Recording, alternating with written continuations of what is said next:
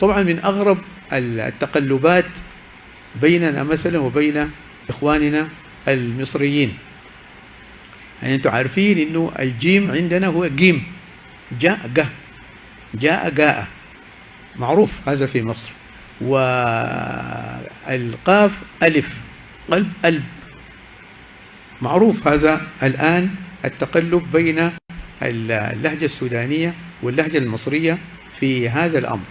فلما كانت الإدارة البريطانية المصرية على السودان وسجلت أسماء البلدان، كل بلدة مبدوءة بحرف القاف أو في أثنائها حرف قاف، والسودانيون ينطقون القاف ق، فهي عرضة لأن يكتبها المصري ج، جيم، تكتب حرف جيم. هذا كثير. مثلا قبيت، قبيت محطة سكة حديد شرقي عطبرة اسمها قبيت، كتبت جبيت والآن اسمها جبيت. بل أظهر من ذلك البجراوية، البجراوية المشهورة الآن، حتى أهل البجراوية يكتبون البجراوية باء جيم، وهي بجراوية، البجراوية أصلا، قبيت جبيت. كذلك إخواننا المصريين مسؤولون من إنهم الهمزة يكتبونها عين، الهمزة السودانية، لأنه لاحظوا إنه كثير من المتكلمين السودانيين يقلبون العين همزة. الناس في ناس في رطانتهم غير موجودة العين فيقلبها همزة، فأصبح كلما يسمع عين على لسان سوداني يقوم يكتبها همزة، أقصد يكتبها عين، زي أدبرة يكتبها عضبرة، كل تاء أو دال تكتب طه، أدبرة تكتب عضبرة، إلى آخر هذه الأشياء. فدي من الأشياء اللي ينبغي أن ترصد وتعرف جيدا، الإبدالات والتقلبات التي حدثت في بعض المفردات والأسماء. نبتدي ببعض الأسماء الطريفة، وكما قال نعوم شقير وهو يتحدث عن المدن والبلدان السودانية، قال: ونبتدئ بمدن محافظة أسوان التابعة الآن لمصر نسبة لعلاقتها السابقة بالسودان. ما هي الحدود لغاية الأمس القريب حتى السياسية كانت أسوان شلال، شلال الأول كان هو الحد الفاصل بين السودان وبين مصر منذ أن خلق الله الدنيا إلى أن تم الحكم الثنائي، كان هذا هو الحد، شلال الأول. أسوان في الطرف الشمالي للشلال مباشرة هي أقصى مدينة في جنوب مصر، والبلدة الموجودة جنوب الشلال، الشلال حجارة الشلال تمتد 5 كيلومترات بالمناسبة، زي مثلا شلال السبلوغة هنا يمتد 6 أميال، شلال أسوان يمتد 5 أميال.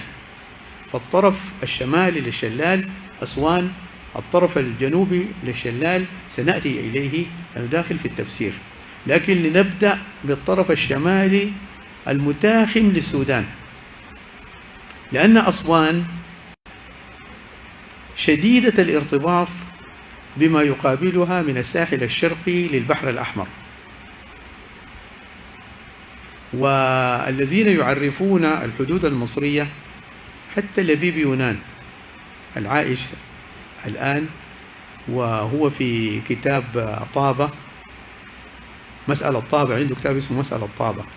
ذهبنا لمحادثات حلايب أنا وبروفيسور حسن إبراهيم وحاكم الله يرحمه، ساقونا معاهم كملحق تاريخي. فأنا ذكرت إنه ما بيدنا مراجع كثيرة إلا المراجع المصرية نفسها، نحن لن نناقش هنا إلا بالمراجع المصرية نفسها. فذكرت البلاد، أي أقصد المراجع التي حددت نقطة الحدود أسوان، وزي ما ذكر أحمد كمال باشا كان مدير الآثار المصرية، فعنده كتاب العقد الثمين في تاريخ قدماء المصريين، العقد الثمين في تاريخ قدماء المصريين. وقال أنه حدود مصر كانت منذ القدم وإلى اليوم تنتهي إلى أسوان، كتاب مطبوع في مصر، تنتهي إلى أسوان ثم إلى نقطة على البحر الأحمر بمحاذاة أسوان. والنقطة على البحر الأحمر بمحاذاة أسوان هي آبار شلاتين، تسمى شلاتين، اللي هي أقصى نقطة في شمال مثلث حلايب. وبعد أحمد كمال يا بروفيسور لبيب، أنت الجالس أمامي، هذا كتابك مسألة طابة، وأنت نقلت الفرمان العثماني الذي يبين حدود مصر، وذكر ثم إلى أسوان ثم إلى نقطة على البحر الأحمر بمحاذاة أسوان، مكتوب في كتبه. ذكرنا هذا لأنه الحديث عن أسوان مهم فيه الحديث عن السودان، لأن أهل النقطة المقابلة على البحر الأحمر وهم البشاريون سوقهم في أسوان، يتسوقون من أسوان.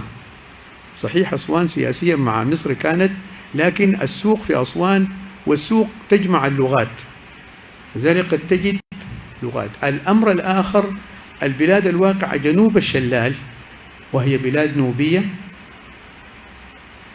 كنوز، يعني المنطقة فيها مسألة خلطة بجة وكنوز وعرب بالمناسبة في هذه المنطقة. ونحن نتكلم الآن لا حديثا سياسيا، وإنما حديثا في تاريخ الألفاظ، تاريخ معاني البلدان. أسوان ذكرت فيها أشياء كثيرة، والواقع المقريزي وهو يتكلم عن أسوان استرق معنى من أبي العلاء المعري وفسر تفسيرا شعبيا. المرة بعد قلنا أي تفسير غير علمي فهو شعبي، فقال أسوان من أسى يأسو، يعني حزن يحزن، وما ذكر أنه سرق من أبي العلاء. لكن أبو العلاء المعري له بيت شعر يقول: أسوان أنت، يعني أنت حزين، أسوان أنت لأن القوم منزلهم أسوان، يعني لأن القافلة وصلت على أسوان، أنت حزين. كم من عذاب دون عيزاب، أنت ما شفت لسه عيزاب. هذه إحدى الموانئ السودانية القديمة، بالضبط هي منطقة حلايب الآن. فقال لي: أسوان أنت لأن القوم منزلهم أسوان، كم من عذاب دون عيزاب.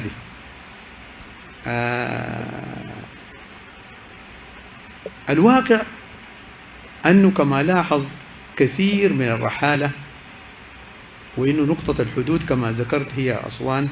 واحد قال يعني الطريف إنه أنت بتسير من القاهرة بين جبلين من الحجر الرملي، يعني النيل، أرض النيل واقعة بين سلسلة من الجبال الحجر الرملي أو الجيري من القاهرة، وأنت ممتد جنوبا، وده ظاهر في القضعة وفي القاهرة وكذا.